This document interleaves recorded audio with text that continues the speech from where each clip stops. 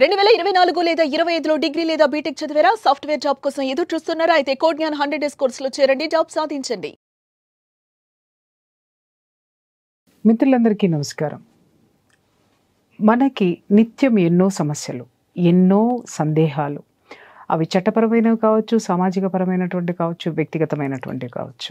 ఇలాంటి ఇన్ని సమస్యల్లో న్యాయపరమైనటువంటి మనకి వచ్చేటటువంటి సందేహాలకి ఎన్నో సలహాలను మనకు అందిస్తూ, న్యాయశాస్త్రానికి సంబంధించినంత వరకు ఎలాంటి చట్టాలు, ఎలాంటి వెసులుబాటు, ఎలాంటి సెక్షన్స్ ఉన్నాయో చెప్తూ, అలాగే కొన్ని అద్భుతమైనటువంటి కోర్టు తీర్పులను కూడా విశ్లేషిస్తూ మనకి ఎంతో నాలెడ్జ్నిస్తున్నటువంటి అడ్వకేట్ నాగేశ్వరరావు పూజారి గారు మన ముందున్నారు. ఈరోజు ఒక ముఖ్యమైనటువంటి విషయం గురించి ఆయనతో చర్చిద్దాం. సార్ నమస్తే. సార్, స్త్రీ ధనం వినే ఉంటారు.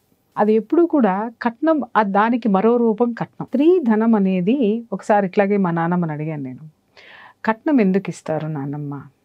ఆవిడ చాలా అద్భుతమైన పదం చెప్పింది, దానికి మీనింగ్ చెప్పింది. ఏంటి అంటే, అమ్మ, పుట్టి పెరిగినటువంటి ఆడపిల్లని, ఈ ఇంటి ఆడపిల్లని ఎవరో తెలియనటువంటి ఇంటికి మనం పంపించేస్తున్నప్పుడు అక్కడ ఆర్థికపరమైనటువంటి కష్టాలు ఏదైనా వచ్చినా, అలాగే తనకి తోడుగా ఎవరైతే భర్త అనేటటువంటి వ్యక్తి ఉన్నాడో ఆ వ్యక్తికి ఏదైనా జరిగినా, లేదా కుటుంబం ఆర్థిక స్థితిగతుల్లో నష్టపోయినా ఈ స్త్రీ ధనం అనేది తన మనుగడకి పనికి వస్తుంది. తన కాళ్ళ మీద తను నిలబడడానికి, ఎవరి మీద ఆధారపడకుండా ఉండడానికి. ఎందుకు అనంటే, ఒకవేళ భర్త చనిపోయినా, లేకపోతే వాళ్ళు ఆర్థికంగా నష్టపోయినా తిరిగి పుట్టింటికి వస్తే రిసీవ్ చేసుకునేటటువంటి తత్వము ఆ పుట్టింట్లో అప్పటికి తల్లిదండ్రులు ఉండొచ్చు, ఉండకపోవచ్చు, ఉన్నా కూడా వెసులుబాటు ఉండకపోవచ్చు. అందుకని ఆడపిల్లని అత్తవారింటికి పంపిస్తూ తనకి సెక్యూర్డ్గా భవిష్యత్తును ఆలోచించి ఈ స్త్రీ ధనం అనేటటువంటిది ఇచ్చేవారు. అది కాలక్రమేణా కట్నం అనేటటువంటి దురాచారంగా మారింది. తర్వాత దాని మీద ఎన్ని చట్టాలు చేశారో మన ప్రభుత్వాలు మనకు తెలిసిందే. అయితే అది రాను రాను కూడా మన దగ్గర కూడా చాలా కేసులు వస్తాయి.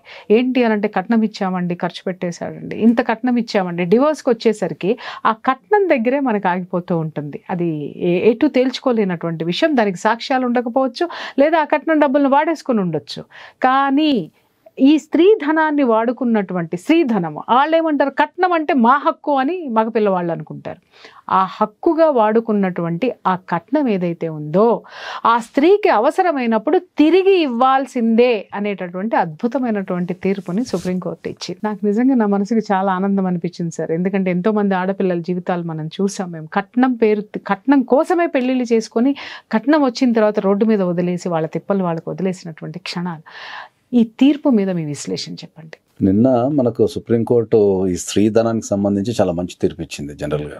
ఎందుకంటే భారతదేశంలో అనాదిగా ఎప్పుడో మనకు పూర్వీకుల నుంచి, కొన్ని వందల సంవత్సరాల నుంచి, మీరు ఇంతకుముందు చెప్పినట్టు ఒక పెళ్లి చేసి పంపించేటప్పుడు ఎప్పుడైనా కూడా సరే, వాళ్ళు ప్రేమతోనే కావచ్చు, లేకపోతే రేపు వీళ్ళు దగ్గర ఉండరు కాబట్టి ఏమన్నా ఆర్థిక అవసరాలు వచ్చినప్పుడు ఆ కుటుంబానికి కానీ, ఆమె మనుగడకు కానీ, వాళ్ళ పిల్లలకు కానీ అక్కడ ఏం జరుగుతుందో తెలియదు కాబట్టి అప్పట్లో కంపల్సరీ, అప్పుడైంది ఇప్పుడైంది, ఎప్పుడైనా కూడా ఏంటంటే, ఒక ఆడపిల్లకు పెళ్లి చేసి పంపించేటప్పుడు మనకు గిఫ్ట్ల రూపంలో ఆడపిల్లకు సపోర్ట్ కోసం కొన్ని ఆస్తులు కానీ, బంగారం కానీ, ఇంకా ఇతర ఏవైనా ఉంటాయి కదా, అవన్నీ ఇచ్చి పంపిస్తుంటారు దాన్ని.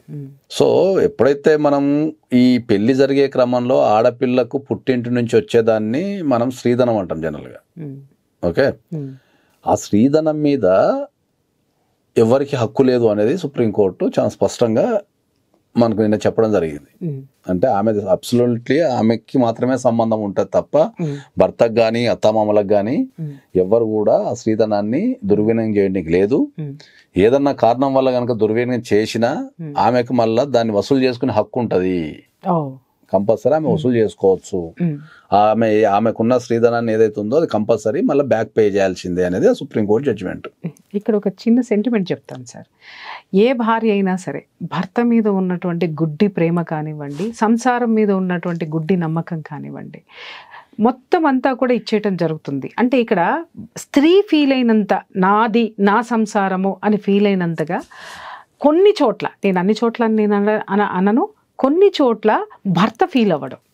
ఎంతసేపు ఆస్తులు వచ్చినాయి అంటే తన పేరు మీద పెట్టడమో పిల్లల పేరు మీద పెట్టడమో ఇలా చేస్తూ పోతూ ఉంటారు. కానీ ఈ కట్నం డబ్బులతోటే ఈ స్త్రీధనంతోటే వ్యాపారాలు పెట్టనివ్వండి, బాగుపడనివ్వండి, ఉమ్మడి ఆస్తుల్లో కలిపేనివ్వండి. ఉమ్మడి కుటుంబాలు ఉండేవి సార్ ఇదివరకు. పెద్ద కోడలు తీసుకొచ్చినటువంటి కట్నంతో చాలా పెళ్లిళ్ళు చేసేవాళ్ళు, ఆ కుటుంబాన్ని నడిపేవాళ్ళు. అలా పెద్ద కోడళ్ళు నష్టపోయినటువంటి పెద్ద కోడళ్ళ సంఖ్య పురాతన కాలంలో చాలా ఉండేది. చివరికి వచ్చేసరికి చివరి వాళ్ళు ఎవరైతే ఉన్నారో వాళ్ళు బెనిఫిట్ పొందేసేవాళ్ళు. కానీ మొదట ఉన్న వాళ్ళు ఆ ఆర్థిక స్వాతంత్రాన్ని కోల్పోయి ఒకళ్ళ మీద ఆధారం, అంటే ఈవిడ తెచ్చినటువంటి దీని మీద ఇంతమంది ఆధారపడి ఒక ఆధారాన్ని ఏర్పాటు చేసుకునేవాళ్ళు. కానీ చివరికి తన ఆధారాన్ని కోల్పోయేది. ఆ స్థితిలో ఇప్పుడు ఈ తీర్పు ఏదైతే ఉందో, ఇప్పుడు ఇచ్చినటువంటి తీర్పు, ఈ గుడ్డి నమ్మకం అనేటటువంటి దాని నుంచి స్త్రీ ఎలా బయటపడాలి, ఎలా జాగ్రత్త చేసుకోవాలి? అదే మనం ఇప్పుడు ఏం చెప్తున్నామంటే, ఇప్పుడు మనం ఇంతకుముందు మనం చెప్పుకున్నట్టు ప్రతి మ్యారేజ్లో కంపల్సరీ తల్లిదండ్రులు ఎంతో కొంత అయితే ఏదో ఒక గిఫ్ట్ రూపంలో కావచ్చు. జనరల్ ఇప్పుడు మనకున్న సమాజంలో ఏం చేస్తున్నాం, మనం బంగారం ఎక్కువగా మనం బంగారం పెడతాం. ఆడపిల్లలు కాబట్టి వాళ్ళకి అలంకార పరంగా ఉంటుంది. రేపేమన్నా కష్టాలు వచ్చినా దాన్ని మళ్ళీ లిక్విడేషన్ చేసుకోవచ్చు అనే ఉద్దేశంతో ఇస్తారు. తర్వాత ఆస్తులు ఇస్తున్నారు, కొన్ని సందర్భాలలో క్యాష్ కూడా ఇస్తారు. ఎందుకంటే వాళ్ళ ఆర్థిక చాలా మంది సార్ ఇక్కడ గమనించాను, క్యాషే ఎక్కువ తీసుకునే వాళ్ళు ఉంటారు. ఆ తర్వాత తూచ్ అనేటటువంటి కేసులు కూడా మనం చాలా చూసాం. వాటికి సాక్ష్యాలు ఉండవు, క్యాష్ ఇచ్చింది సాక్ష్యాలు ఉండవు. అంటే ఏంటంటే ఇప్పుడు మనం కంపల్సరీ దానికి జనరల్ గా ఇప్పుడున్న దాంట్లో ఇప్పుడు సాక్ష్యాలు బాగానే దొరుకుతున్నాయి ఇప్పుడున్న సమాజంలో. ఇంతకుముందు అంటే కెమెరాలను ఫొటోస్ అనో తర్వాత సబ్సిక్వెంట్ ట్రాన్సాక్షన్ దొరుకుతుంది ఇప్పుడు. కాబట్టి ఇప్పుడు సపోజ్ ఇప్పుడు మనకు పెళ్లి తర్వాత ఏదైనా అసెట్ కొన్నాం అనుకో, ఇక్కడ నుంచి క్యాష్ ఇక్కడ తీస్తారా, ఇక్కడ కొంటారు. కాబట్టి దాన్ని సబ్సిక్వెంట్ ఎవిడెన్స్ అంటాం. అంటే దగ్గర రిలేటెడ్ ఉన్న దాన్ని మనం సబ్సిక్వెంట్ ఎవిడెన్స్ అంటాం మనం, లేదా సెకండరీ ఎవిడెన్స్ అంటాం మనం.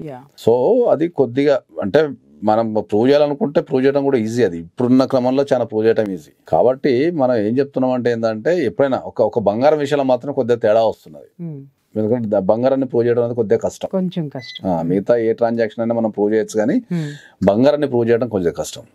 ఎందుకు అంటే ఇప్పుడు బంగారం ఏం చేస్తుంటే పెట్టుకుంటారు, ఇక కొత్తగా అత్తగారింటికి వస్తారు కదా, అత్తగారి కష్టలో పెట్టేస్తారు. ఇక అత్తగారి కష్టంలో ఉంటది. ఇక నువ్వు మా ఇంటి కూడా పిల్లలే కాబట్టి మా ఇంట్లోనే ఉండాలని వీళ్ళ లాకర్లో పెట్టుకోవటమో, వీళ్ళ అని ఫీల్ అవుతారు. కాబట్టి మళ్ళీ ఏదైనా గొడవ అయినప్పుడు వాళ్ళ దగ్గర పడిపోతుంది. మళ్ళీ ఏదైనా ఫంక్షన్కి ఇచ్చినా రపకని ఇస్తారు, మళ్ళీ తీసేసుకుంటారు. సో మనం ఏం చెప్తున్నాం అంటే ఏంటంటే, ఎవరి బంగారం కస్టడీ అయినా కూడా బంగారం కస్టడీ అనేది కోర్టులో ప్రూవ్ చేయడం కొద్దిగా కష్టం. కాబట్టి బంగారాన్ని ఎవరైనా సరే వాళ్ళ బంగారాన్ని వాళ్ళ కస్టడీలో పెట్టుకోండి.